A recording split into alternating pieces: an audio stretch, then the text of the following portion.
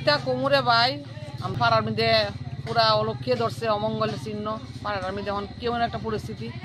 কিছুদিন আগে মারা গেল পঙ্কজশীলের ছেলে 1.5 মাসের, তারপরে মারা গেল কাজল নন্দী স্যারের নাতি, নাতি।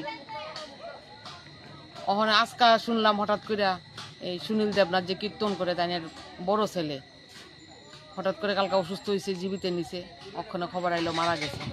মানে এটা সহ্য করার মতো না, বয়সও তেমন না, মাত্র তার বড় ভাইটা ছোট ভাইটা বিয়ে করছে, মারা গেছে। এই বিয়ে হইলে মারা আয় পরে আর ভালো লাগে না কিতা করতাম।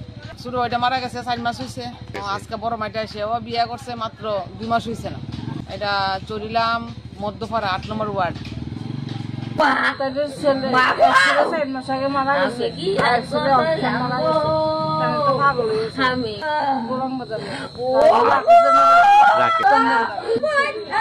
আমি